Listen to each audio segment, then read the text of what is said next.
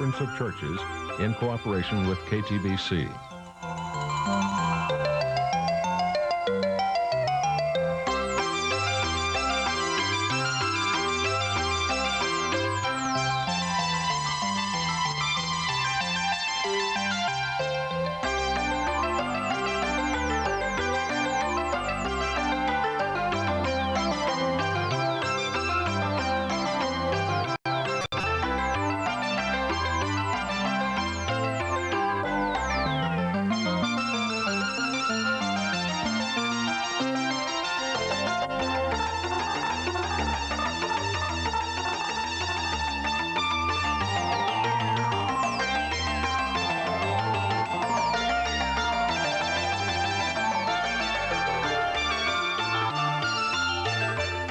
Join us now in today's Austin Faith Dialogue.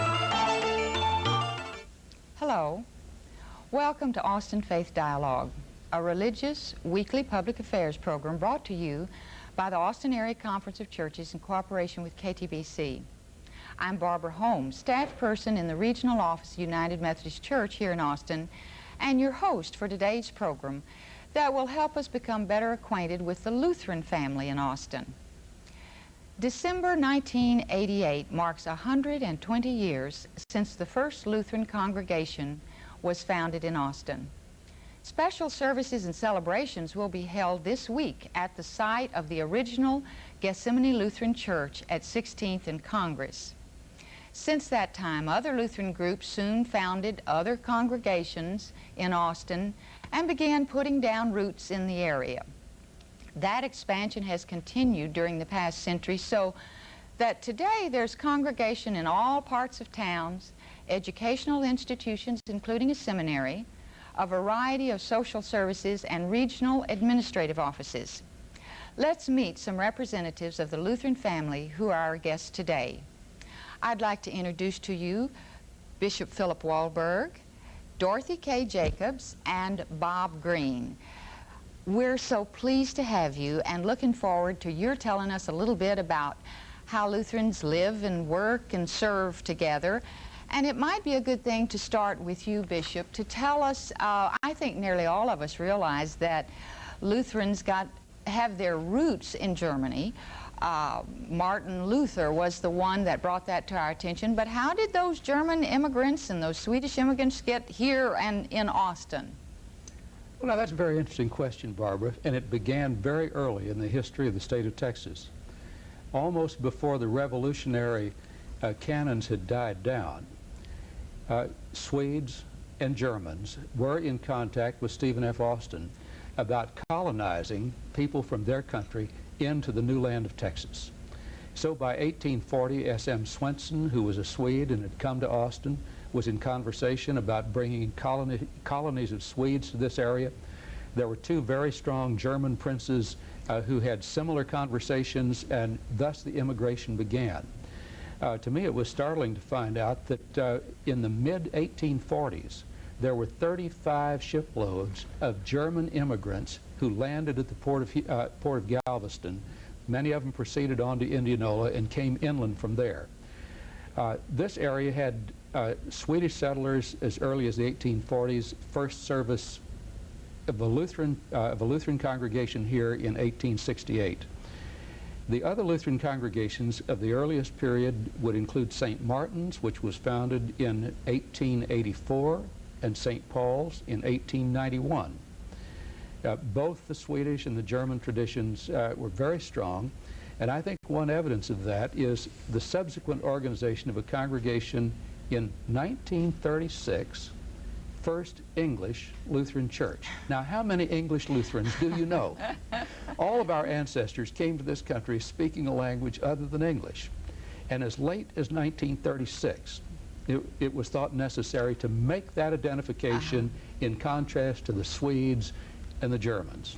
Well, I know just in September earlier this year, there were some Swedish-speaking services held here, and Lutherans have had a big commemorative year, 300 years. The King of Sweden was here, is that right? Correct? And the 150th anniversary of Swedish immigration to Texas was celebrated this year. Well, My Go father's family were Swedes, settled in Austin, well, actually lived here several times, but lived over on Swede Hill. Now, do you know where Swede Hill is?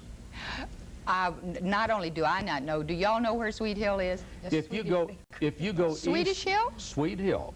If you go east from here, cross the interregional 15th Street and that area east of I-35, that's Swede Hill. And it got its name because of the folks who settled there at a very early stage. Well, with such a strong ethnic heritage, is that still part of the congregational life today?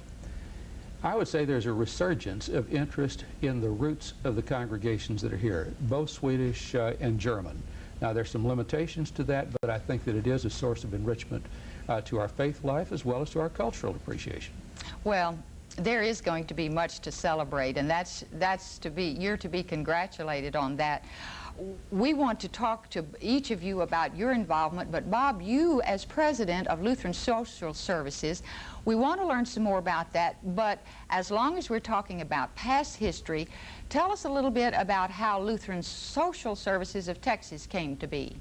Well, Lutheran Social Service is about half as old as the founding of the first Lutheran service. Lutheran Social Service began in 1926.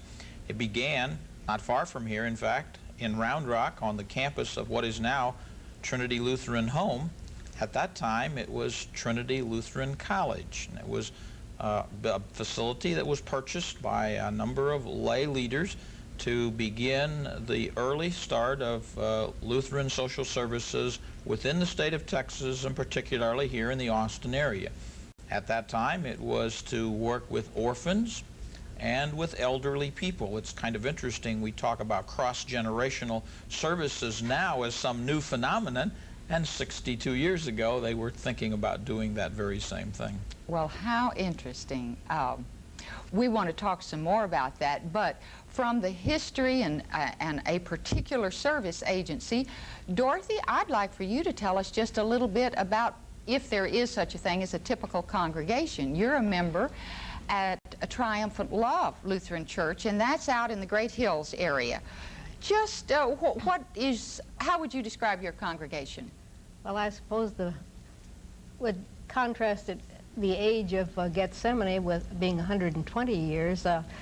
Triumphant Love came into being about 11 and a half years ago, so we're both a young church in terms of years and in terms of members. Predominantly, our families are families with young children and teenagers, although we do have families also with college-age youth, and we have a sizable number of single adults, young single adults, and even some retired persons there. I guess primarily we carry on the Lutheran tradition of stressing Christian education with the usual Sunday school, but then there's also a creative children's center that uses our building during the week. And we also, of course, have a lot of adult Bible studies during the week and on Sunday evening also, as well as a very good music program with a lot of talented people. We have several children's choirs and adult choirs that enrich our services. And one Sunday a month we have a folk mass, a folk service, which is a little bit different from most Lutheran traditions. Well, speaking of it being as new as it is, I had occasion to visit with the pastor of a Spanish-speaking congregation, Reverend Juan Figueroa, and that congregation was relatively new. I think it was only about 2 years old, yes. San Lucas. And so new congregations are being formed all the time, from the time those immigrants got here to a congregation as new as yours and as new as that Spanish-speaking congregation. But let's leave the history now and talk about how you Lutherans work together, kind of in-house, as it were, how you govern yourself and how who has authority and who does what. I would start with an appropriate question for you, Bishop Wahlberg. What is the role of a bishop in the Lutheran tradition? The role of the bishop is to be a pastor to the pastors and the pastoral overseer of the congregations in the synod for which he has responsibility. Now, there are naturally some administrative responsibilities that go along with the bishop's office. The bishop is the synod's primary representative in ecumenical affairs, in institutional life of the church, but I viewed my role as bishop as fundamentally a pastoral role. Now, related to that is also the teaching role. I think that the office of teacher inheres in the bishop's office. We do not have the authority that is vested in bishops in some of the other churches, but I nevertheless think that's a very significant part of the bishop's responsibility. Well, each family of Christian traditions have a different way of seeing authority and the role of the bishops, and even sometimes the role of the clergy. The way people become clergy or pastors happens differently. Is that what process does a person go through to become ordained? Seminary study is required. Bob, you're ordained. Yes, ma'am. And so seminary study is required, and then a process of ordination takes place in the congregation? All of the ordinations, of course, almost always take place in a congregation. They are authorized by the church at large, and then a pastor who is an approved graduate of a seminary is ordained in a local congregation.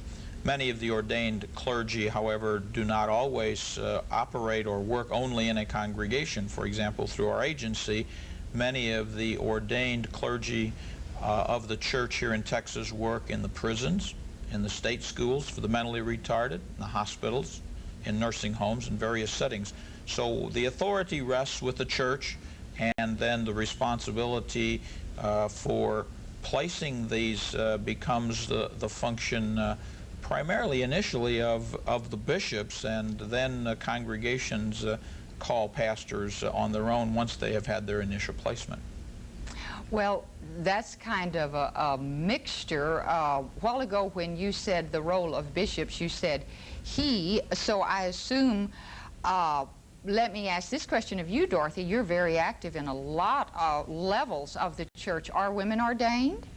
Yes, women have been ordained since the early 1960s in the Lutheran bodies that are now part of the ELCA. The Missouri Synod does not ordain women, but women serve as parish pastors. They serve in all of the settings that Bob Green just mentioned. We as yet do not have a woman bishop, but we are hoping that we can announce that news fairly soon. Well, I think it's interesting that we had a serious candidate for bishop of the new ELCA when the elections for bishop of the church were held, and in a number of the synods, the runners-up in the elections for bishop were women. So that women clergy are regarded as colleagues, and perhaps there will be a woman bishop somewhere down the line. Yes. Well, along with the outreach, the heritage that you have, I know that education has always been important to Lutherans. I'm always struck by the tremendous confirmation education that goes on in local churches for those wishing to become members of the church. And in light of that, I took time to interview Dr. Ray Martins, the president of Concordia Lutheran College, as one of those educational institutions affiliated with the Lutherans here in Austin. And so let's look now at the interview where I asked him about the start of that particular institution.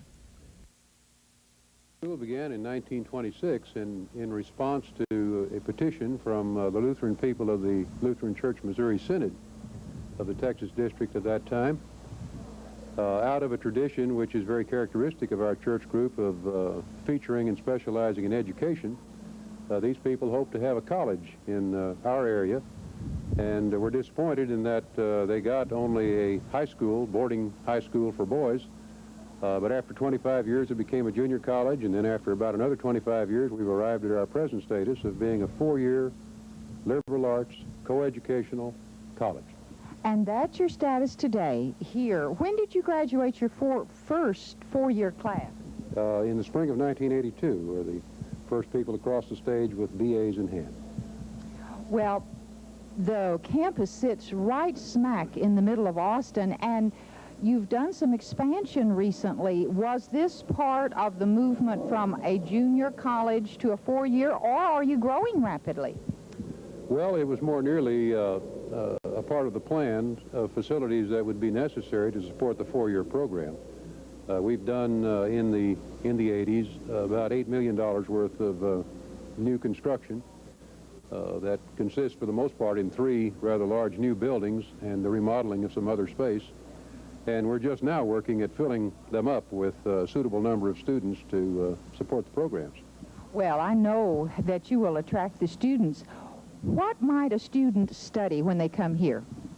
Well, it has been the tradition of our school in its high school years and junior college and senior college years that a specialty is the preparation of young men and women who aspire to be workers in the church, teachers or pastors of the church. And so we certainly are still doing that. But that doesn't comprise more than 20% of our numbers. The others are interested in elementary education or secondary education, communications, business is very popular just now. And then, of course, we have the kinds of traditional degree programs that go with the liberal arts pattern, history and English and behavioral science and such like. Would you characterize it as a commuter college, or do a lot of the students live on campus? Well, just now, something more than half our students do, in fact, commute to the campus. We have a parking lot shortage, as I think every campus does. But a significant number still are resident students living in one of the 3 dormitories that we provide. And in my view, at least, that's the way to go to college, to be a part of the to-do, the noise, the people of the dormitory. Yes, as we're here, there's students doing all sorts of things, athletic fields. You do have some activities that compete with other schools athletically? Yes, ma'am. We are involved in intercollegiate competition in the women's sports, volleyball and basketball and tennis, and men have basketball and baseball and tennis. And so that adds excitement, again, especially for the resident students who are ready at hand for these things whenever they should be happening. Well, I know that they are exposed to some fine traditions, and we wish you the best as Concordia moves into the next century. Thank you, ma'am. That was a beautiful fall day, and there were kids all over the place doing all sorts of things. That is one Lutheran higher education institution, but there's a seminary here also. Bishop, would you just tell us a little bit about it?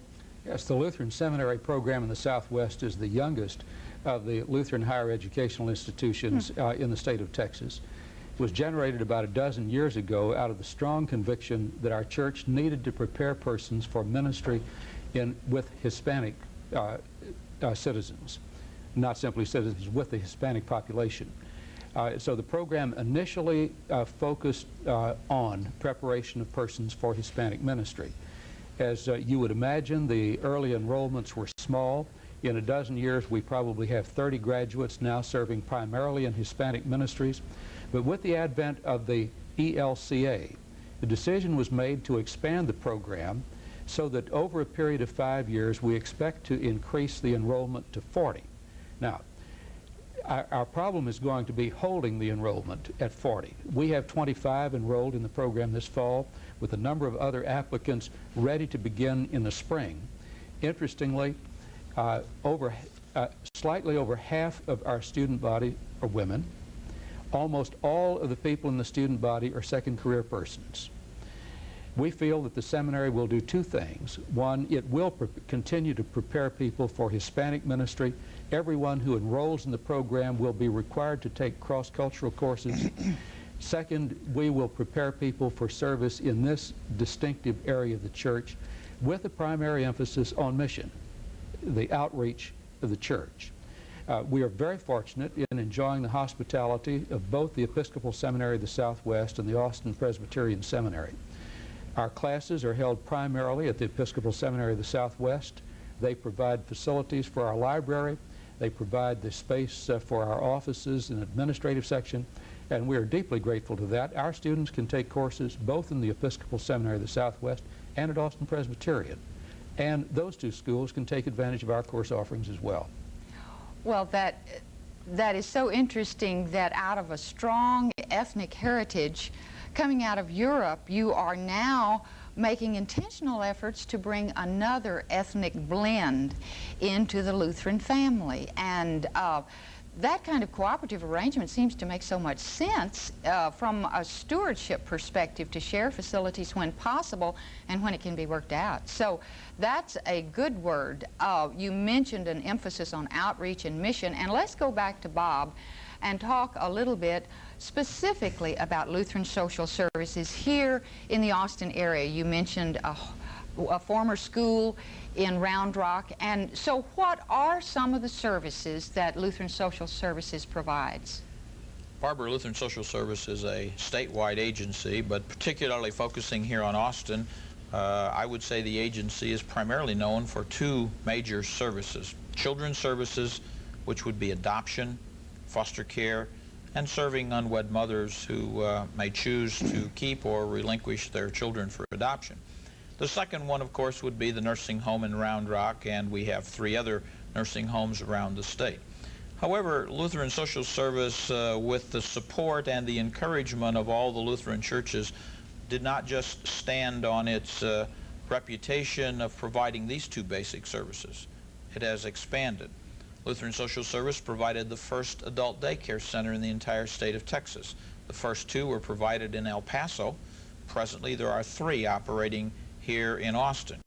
Lutheran Social Service provided, through the cooperation of the state of Texas, the first shelter for abused elderly at our Elder Haven program. Lutheran Social Service was the pioneer in providing emergency response, a telephone security and emergency system in the homes and of elderly people, and that program is in the homes of about 350 here in the greater Austin area, and over 1,100 elderly people in the state of Texas. So in addition to these services, of course, the chaplaincy services, which I mentioned, and many other various kinds of services. But those are the focus upon the major services that the agency provides. I think it's also important to mention that while it is a service provided by, supported by, started by the Lutherans, our services are open to everybody who chooses to use or avail themselves of the services provided by the agency. Well, I know from the involvement I've had in the community, you all really pioneered services for the elderly, and that is not going to diminish, seems to me, with the aging population of this country. So you all have really provided a tremendous service, and I wouldn't want us to leave, although that is local, I wouldn't want us to leave the area of mission and service without mentioning the efforts that the Lutheran family has worldwide. Say a word about that. Well, internationally, the Lutherans have been involved in a number of important programs under Lutheran World Relief and cooperatively with many other denominations around the world. In addition to that, Lutherans have historically been very involved in resettlement efforts, and you could go way back in history, and Bishop Wahlberg probably could do that far better than I as far as historically. But through the agency, we have been very involved in Lutheran Immigration and Refugee Services with the resettlement efforts from Southeast Asia, from Laos, Vietnam, Cambodia. We were very involved in the legalization program, which had a very large impact, and we are now very involved in English as a second language for those immigrants who have been legalized through the program and are now learning English as their second language. Well, that is such a tremendous need right now also, so it sounds like you all are really offering a wide range of critical services to a wide constituency. I want to shift gears just a little bit. We are coming to the close of our time, but a really major event happened in the Lutheran family this year when 2 branches that were separate denominations came together and formed this, you all have been saying, ELCA, Evangelical Lutheran Church of America. Didn't you, Bishop, and Dorothy, didn't you both have responsibilities on kind of a steering committee? Dorothy, what were you on? I was one of the 70 persons serving on the Commission for a New Lutheran Church, which drew up the plans and decided what the functions were to be and presented reports to the 3 Lutheran church bodies who were involved in the merger for their approval. And so Dorothy is too modest. She was chairperson of the design committee that produced the blueprints for the whole thing. And you all, as that design committee, were the persons, a representative group, that made the decisions for the next steps to bring about that union. We made the proposals, and then they went through Back the to the usual channels Uh-huh. to the denominational conventions, the church-wide conventions, to approve the plans, or to, if they wanted to change them, then they had to be agreement among the three church conventions as to what changes could be made. And how long a process was that? It took about 5 years, approximately. So the three former denominations no longer exist. That's correct. Is that right? That's correct. And a new denomination. What are some quick statistics about this new denomination, Bishop? The ELCA includes about 5.3 million baptized members in the United States, something over 11,000 congregations, and about 16,000 ordained ministers, both active and retired. It makes us the fourth largest Protestant denomination in the U.S., not that there's any virtue in bigness. That's just one of the realities of our life and the opportunity and responsibility we have. Here in the Austin metropolitan area, you know, specifically with Austin addresses, we have 15 congregations with Austin addresses, and a substantial number of other congregations in the counties surrounding us. Well, to go through that sort of a process with a goal of combining your resources and becoming stronger, more outreach, that was a lot of meetings in a lot of places, I know. So I really congratulate you for your steadfast, you particularly, Dorothy, because I know you went to a lot of meetings. 50, I think, or maybe a little bit more. In a lot of places. Really appreciate your being here. You've helped all of us understand a little more about